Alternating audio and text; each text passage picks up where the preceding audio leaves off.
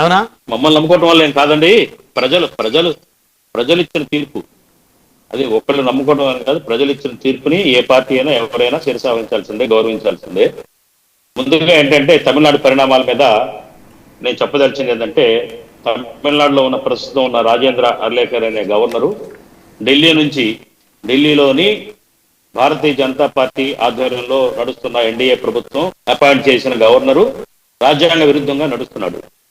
అతను రాష్ట్రంలో అల్లకల్లోలాలు సృష్టించే ప్రయత్నం చేస్తున్నాడు. రాజకీయ పార్టీల మధ్య బేరసారాలు తోటి ప్రభుత్వం ఏర్పడే విధమైన అవకాశాలకు అతను ప్రోత్సహిస్తా ఉన్నాడు. తర్వాత యాక్చువల్ గా అతను ఏం చేయాలండి? గవర్నర్ ఇవాళ అతను దేశంలో అనేక నమూనాలు ఉన్నాయి. ఇలాంటి హంగు పరిస్థితి ఏర్పడినప్పుడు దేశంలో చాలా సంవత్సరాల నుంచి 2019లో మహారాష్ట్ర, 18లో కర్ణాటక, అట్లాగే జార్ఖండ్ 2005, 2013లో గోవా, 2017 ఇట్లా జమ్మూ కాశ్మీర్, యూపీ అట్లా చూస్తే కనుక దేశంలో అనేక రాష్ట్రాల్లో పలు సంవత్సరాలలో హంగ్ ఏర్పడినప్పుడు అనుసరించిన సంప్రదాయ విధానాలను ఎందుకు ఈయన తిలోదకాలు ఇస్తాడు? ఎవరి డైరెక్షన్ లో నడుస్తున్నాడు ఇతను?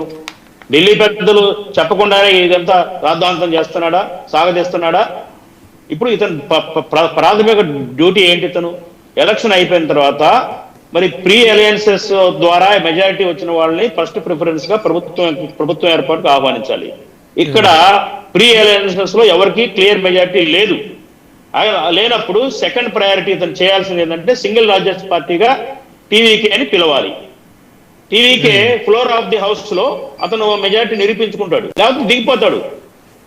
అసలు సుస్థిరమైన ప్రభుత్వం రావాలా, సుస్థిరంగా ఉండాలని అంటానికి ఇతనెవరండి? ఇతనెవరు? ప్రజలు తీర్చే తీర్పు. ఒకవేళ సుస్థిరత లేకపోతే దించేస్తారు, ప్రజలు దించేస్తారు, దిగిపోతారు డెమోక్రటిక్ సిస్టమ్ లో. Who is he? ఇతను కూడా రాజ్యాంగంలోని ఆర్టికల్ 156, 163 ప్రకారంగా, 167 ప్రకారంగా ముఖ్యమంత్రి, మంత్రివర్గ సహచరులు, మంత్రివర్గం ఇచ్చిన డైరెక్షన్స్ ప్రకారంగా పనిచేయాలి గవర్నర్. అతను ఇష్టాసారం చేయడానికి కుదరదు, అది రాజ్యాంగంలో రాసింది. కాబట్టి ఇవాళ ఈ అస్థిరతకి కారణం గవర్నర్. అతను పొద్దున ఇవాళ వార్నింగ్ పిలిచాడు. పిలిచినప్పుడు మరి అతనికి ఆహ్వానించాలి కదా ప్రభుత్వం ఏర్పాటుకి. ఆల్రెడీ నిన్న జరిగింది డైరెక్షన్. అది ఓపెన్ గా జరుగుతానో తెలుస్తానో ఉంది. మేము కాంగ్రెస్ పార్టీ తరఫు నుంచి మేము మద్దతు ఇచ్చాం. ఇంకా కొన్ని పార్టీలు ఆల్రెడీ వస్తున్నాయి.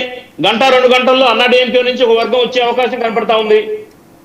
సో అది దీన్ని అనవసరంగా సాగదీసి ప్రజల్లో అశాంతిని, ప్రజల్లో తిరుగుబాటుని మరి క్రియేట్ చేసేయడానికి అవకాశం ఇస్తున్నాడు గవర్నర్. ఇవాళ చూడండి, మెరీనా బీచ్ లో చాలా వేలాది మంది, లక్షలాది మందిగా మారుతారు.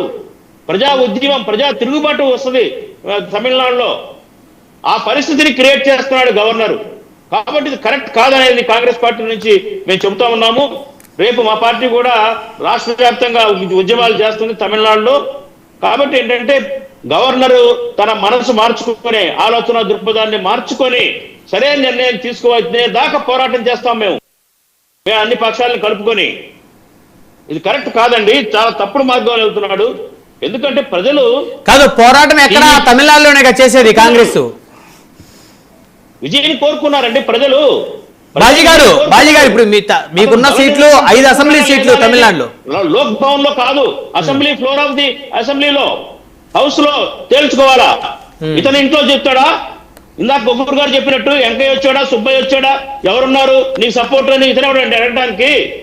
సింగిల్ లార్జెస్ట్ పార్టీగా అతనికి హక్కు ఉంది, ప్రభుత్వాన్ని ఏర్పాటు చేసే రైట్ ఉంది. అతని హక్కుని అతను వినియోగించుకునేటట్టు అవకాశం ఇవ్వాలి గవర్నరు. అతను ఎవరి డైరెక్షన్ లో ఏంటో అదే అపోహలు వస్తాయి. మరి ఢిల్లీలో డైరెక్షన్ లో నడుస్తున్నాడు గవర్నర్ అనే అదే ప్రచారం జరుగుతూ ఉంది దేశం అంతా. భారతీయ జనతా పార్టీ ఆధ్వర్యంలో ఎన్డీఏ ఇట్లాగే రాష్ట్ర ప్రభుత్వాన్ని అల్లకల్లోనే చేస్తుంది, వాళ్ళ కంట్రోల్లో ఉంచుకోవడానికి ప్రయత్నం చేస్తుంది.